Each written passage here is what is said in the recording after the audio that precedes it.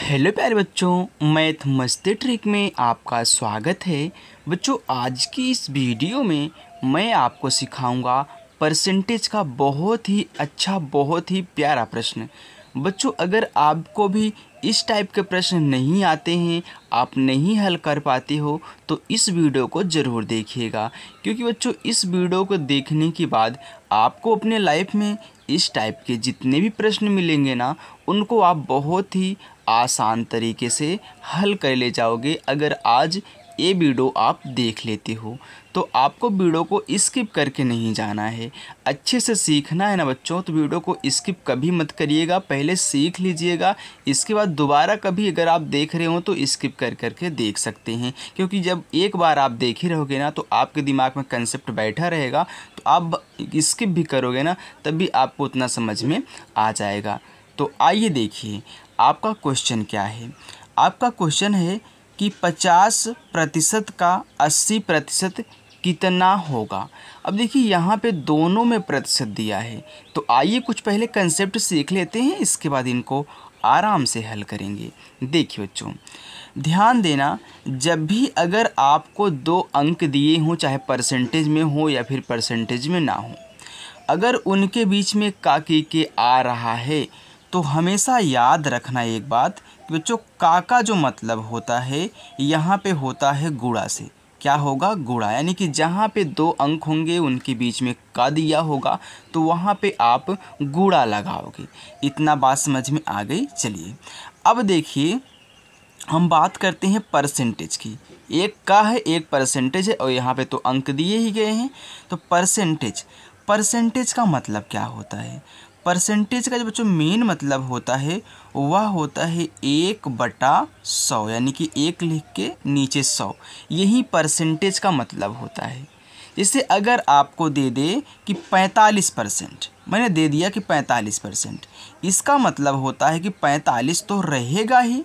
अब यहाँ पे परसेंटेज दिया गया है ना, तो मैंने आपको बताया कि परसेंटेज का मतलब होता है 1/100। तो अभी तक तो यहाँ पे परसेंटेज अकेले था, अब क्या किया है, 45 के साथ चिपका हुआ है, यानी कि गुणा किया हुआ है।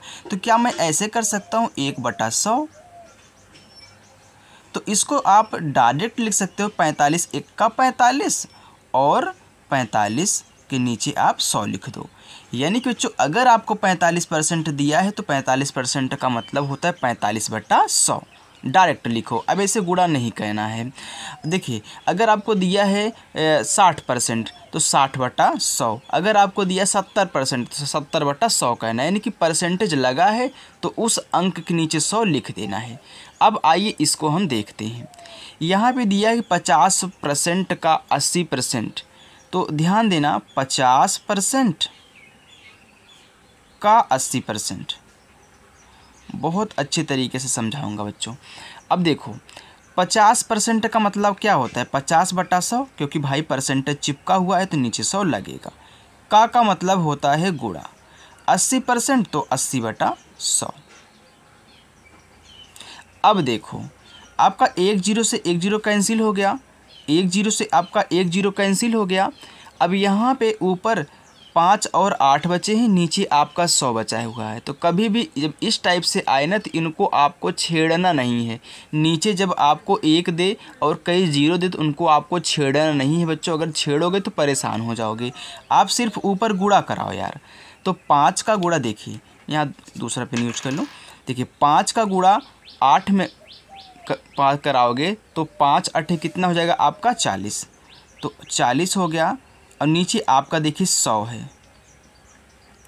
अब देखिए, फिर एक जीरो से एक जीरो कट रहा है, तो आपका आ गया कितना, 4/10।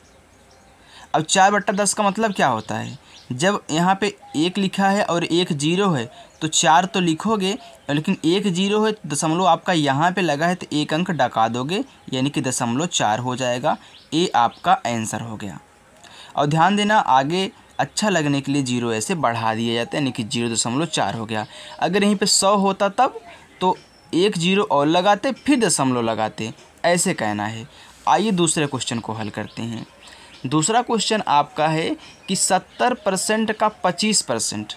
अब देखो बच्चों, 70% का 25%। अब 70% का मतलब क्या, 70/100, का मतलब गुणा, और 25% यानी कि 25/100। अब देखो यहाँ पे 1 जीरो से आपका 1 जीरो कैंसिल हुआ, तो मैं तो कहता हूँ कि अब आपको छेड़ना ही नहीं है। जब 0 0 कट जाए तो मत छेड़िएगा, डायरेक्ट आप गुणा कराओ 25 का गुणा 7 में।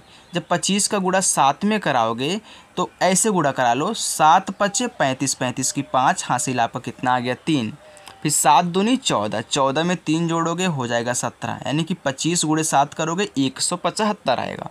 और नीचे आपका यहाँ पे 10 है और यहाँ पे 100 है, तो 100 का गुणा 10 में करोगे तो 1000 हो जाएगा।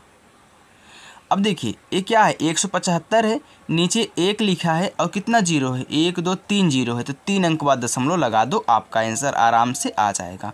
तो कितना लिखोगे, 5 हो गया, 7 हो गया, 1 हो गया, तो 1 अंक 2 अंक 3 अंक डाल गया, दशमलव यहाँ पे लग जाएगा और आगे अपने मन से जीरो लगा लो, ये आपका आंसर हो गया। तो मैं बता रहा हूँ कि कभी भी आपको नीचे अगर 1 लिखा हो 0 0 तो छेड़ना नहीं है, ऊपर गुणा कराओ और ऐसे दशमलव लगा दो, क्योंकि जब काटोगे भी फिर भाग करोगे ना तो यही आपका आंसर आएगा। तो ये आसानी होती है कहने में। तो ये जो आपका तीसरा क्वेश्चन है, इसका आंसर आप हमें कमेंट बॉक्स में कमेंट करके बताइएगा कितना आ रहा है। मैं आपके कमेंट का इंतज़ार करूँगा कि 300% का 60% कितना होगा। तो बच्चों वीडियो अच्छी लगी तो वीडियो को लाइक कर दो और चैनल को सब्सक्राइब कर लो। Thank you.